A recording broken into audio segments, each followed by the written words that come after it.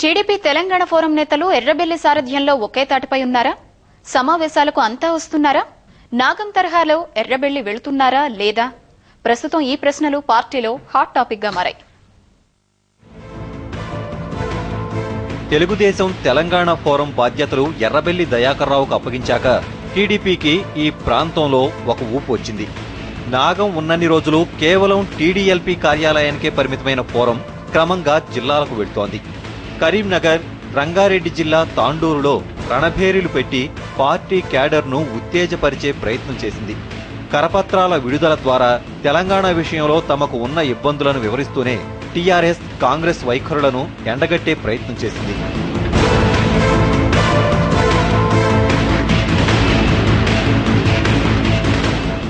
ఇదంతా ఒకెత్తు.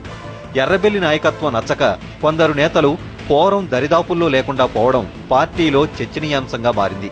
నాగం కన్వీనర్ గా ఉన్న సమయంలో ఇష్టం ఉన్నా లేకున్నా ఫోరం సమావేశాలకు హాజరైన నేతలు సైతం ఇప్పుడు కనుచూపు మేరలో కనిపించడం లేదు. ఇందులో ప్రధానంగా మహబూబ్ నగర్ జిల్లా నేతలే ఉండడం గమనార్హం. పార్టీ సీనియర్ ఎమ్మెల్యేలు రావుల చంద్రశేఖర్ రెడ్డి, రాములు, జైపాల్ యాదవ్లు ఫోరం వైపు కన్నెత్తి కూడా చూడడం లేదు.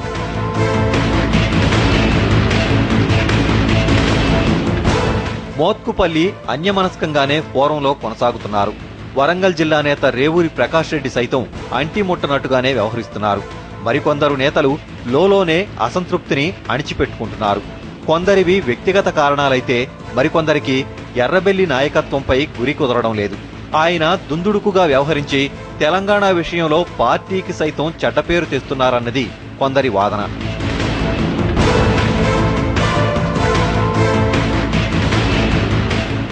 పొలిటికల్ జేఏసీ కోరితే రాజీనామాలకు తాము సిద్ధమంటూ ఎర్రబెల్లి చేసిన ప్రకటన అభ్యంతరకరమన్నది వారి వాదన.